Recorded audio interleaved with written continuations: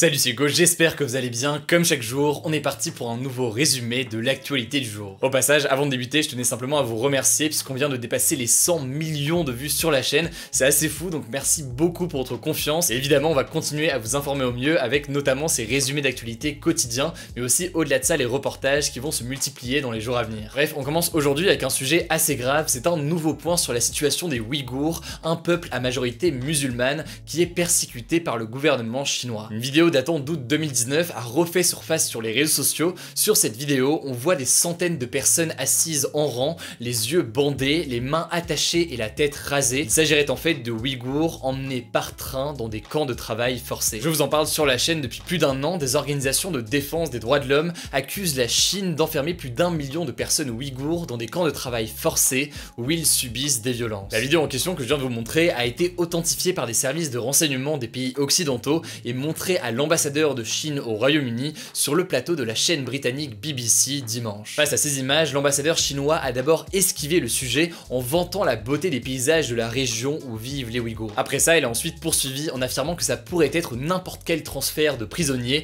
je cite, comme il y en a dans n'importe quel pays. Bref, en gros, malgré les multiples vérifications, il a remis en cause l'authenticité de la vidéo. Selon lui, il n'y a aucun problème avec la population ouïghour car elle aurait doublé toujours selon lui en passant de 5 millions à 11 millions de personnes ces dernières années. Le journaliste de la BBC l'a évidemment contredit avec des chiffres officiels d'ailleurs du gouvernement chinois qui montrent justement que la croissance de la population ouïghour a baissé de 84% entre 2015 et 2018. Bref, un signe donc du ralentissement de la croissance de la population. En effet, pour rappel, en plus des camps, le gouvernement chinois est aussi accusé d'empêcher les femmes ouïghours d'avoir des enfants, l'objectif étant de limiter la population ouïghour. Dans sa une du jour, le journal Libération dénonce un génocide en cours de la population ouïghour, soit un crime contre l'humanité qui vise à la destruction d'un groupe national, ethnique, racial ou religieux. D'après la Convention pour la prévention et la répression du crime des génocides des Nations Unies de 1948, le fait d'empêcher les naissances d'un groupe ethnique est un des critères de génocide et c'est précisément ce dont est accusée la Chine aujourd'hui. Bref, malgré les démentis officiels de la Chine, la situation reste critique et évidemment on va continuer à vous tenir au courant dans les jours à venir. On continue et c'est important d'en parler avec l'accord historique qui a eu lieu cette nuit entre les 27 pays européens. Cet accord, je vous en parlais hier, il concerne le fameux plan de relance de l'Union européenne pour venir en aide aux pays européens touchés par le coronavirus. Au final, au bout de 4 jours de négociations très intenses, c'est un plan de relance de 750 milliards d'euros qui a été acté. C'est la somme qui avait été proposée par l'Allemagne et la France, donc ça ne change pas de ce côté-là. Cette somme sera empruntée aux banques par les 27 pays et devrait être remboursée également par les 27 pays. Autrement dit, il y aura donc pour la première fois de l'histoire, en quelque sorte, une dette commune à tous les pays de l'Union européenne. Un détail, mais tout de même très important, pour satisfaire les pays qui ne voulaient pas payer pour les pays les plus en difficulté, comme l'Espagne ou encore l'Italie, et bien les subventions dont je vous parlais hier ont été diminuées. Les subventions, en gros, c'est une partie des 750 milliards d'euros qui va être donnée aux pays en difficulté, mais que les 27 pays vont devoir rembourser ensemble, peu importe s'ils ont touché ou non cet argent. En gros, donc certains montants vont être donnés spécifiquement à certains pays en difficulté et ces pays-là n'auront pas à rembourser tout seuls cette dette. Je vous passe les détails parce que c'est assez complexe, mais au départ, les subventions devaient être de 500 milliards d'euros sur les 750 milliards au total, et finalement, il n'y aura que 390 milliards d'euros de subventions. Alors, même si cet accord est historique, certains le jugent trop peu ambitieux, c'est le cas par exemple de Jean-Luc Mélenchon, vous le voyez avec ce tweet. Bref, ça reste un événement politique très important, assez complexe à comprendre, mais tout de même très important. Si ça vous intéresse, je vous mets des liens directement en description. Retour en France avec le conseil scientifique chargé d'aider Emmanuel Macron dans la crise du coronavirus qui craint une vraie seconde vague d'ici à la fin de l'année. On en parle assez régulièrement, mais pour rappel, une seconde vague, ça correspond à une hausse soudaine et très importante des contaminations au coronavirus. Ce matin, le conseil scientifique a détaillé 3 scénarios possibles pour la fin de l'année. Premier scénario, le virus pourrait revenir massivement dans l'hémisphère nord à l'automne, mais disparaître aussi très rapidement. À ce moment-là, on peut imaginer, pour faire simple, qu'il y a une hausse de la contamination à certains endroits, une contamination très locale. La France, dans son intégralité, ne serait pas touchée et il n'y aurait donc a priori pas de seconde vague. Et le deuxième scénario, c'est qu'à l'inverse, le virus pourrait déclencher une vraie seconde vague. Concrètement, il y aurait donc une énorme hausse des cas en octobre qui continuerait en novembre et en décembre, comme ce qui s'est passé en mars, avril et en mai. C'est l'hypothèse la plus probable selon le conseil scientifique. Enfin, pour terminer, troisième scénario possible, le virus pourrait revenir et devenir une sorte de maladie chronique. En gros, ce coronavirus circulerait pendant environ 1 an, mais de manière beaucoup moins intensive. Ça, c'est donc pour les 3 scénarios du conseil scientifique qui guide le président de la République.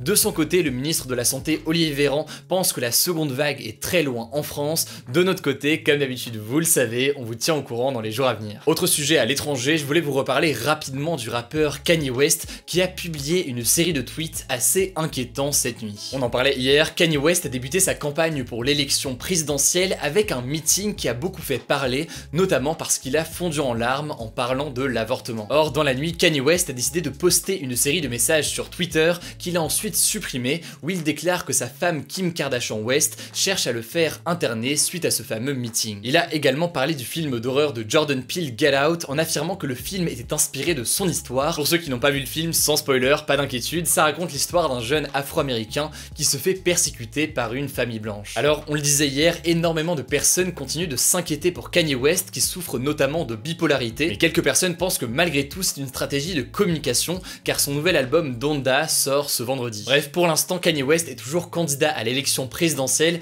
en tout cas dans les états où il peut être candidat, et on vous tient au courant dans les jours à venir dès qu'on a du nouveau. Dernier sujet de ce point à l'étranger, je voulais vous parler de la plus grande carte en 3D de l'univers jamais réalisée et qui vient d'être publiée. Vous la voyez ici au moment où je vous parle, cette carte représente donc l'univers, c'est-à-dire pour faire vraiment très simple, l'ensemble des choses qui existent dans l'espace. Cette carte, elle a été réalisée par des astrophysiciens du monde entier pendant plus de 20 ans. Ils ont étudié plus de 4 millions de galaxies pour en faire une immense carte. Dites-vous que c'est énorme. Pour vous faire une idée, dans une seule galaxie, on trouve en moyenne 200 à 400 milliards d'étoiles et au minimum 100 milliards de planètes. Et pour faire simple, ce que vous voyez en rouge sur la carte, c'est les galaxies les plus anciennes qui ont plus de 6 milliards d'années, alors que en bleu, ce sont les galaxies les plus jeunes. Je vais pas rentrer dans les détails, mais c'est donc un immense travail assez fascinant et surtout une immense avancée dans la compréhension de ce qui nous entoure. Si ça vous intéresse, je vous mets un lien directement en description. Comme chaque jour, avant le débat, on passe à la note positive et aujourd'hui je voulais vous parler du premier train à hydrogène au monde qui vient d'être dévoilé. L'hydrogène, pour faire vraiment très simple, c'est un gaz invisible, sans odeur et non toxique qui est plus léger que l'air. Appelé Coradia Island, ce train permet aussi de générer sa propre énergie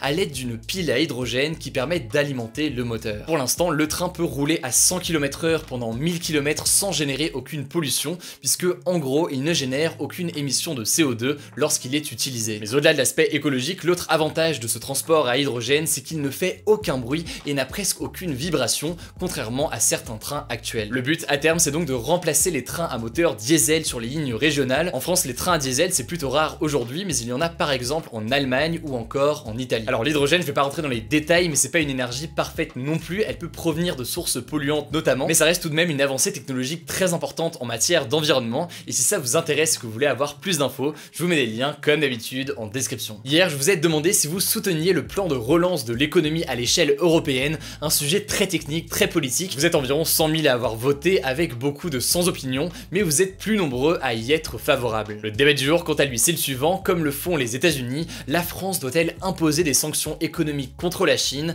en réaction aux révélations concernant les Ouïghours? Comme d'habitude, pour participer au débat, c'est très simple, vous cliquez sur la chaîne Hugo Décrypte, vous allez dans l'onglet communauté, à ce moment-là vous aurez le sondage du jour ainsi que les sondages et les votes des jours précédents. Évidemment, pensez à vous abonner si ce n'est pas encore le cas pour ne pas rater les vidéos suivantes. En description, je vous mets des liens pour en savoir plus. Prenez soin de vous et on se dit à demain pour un nouveau résumé de l'actualité du jour.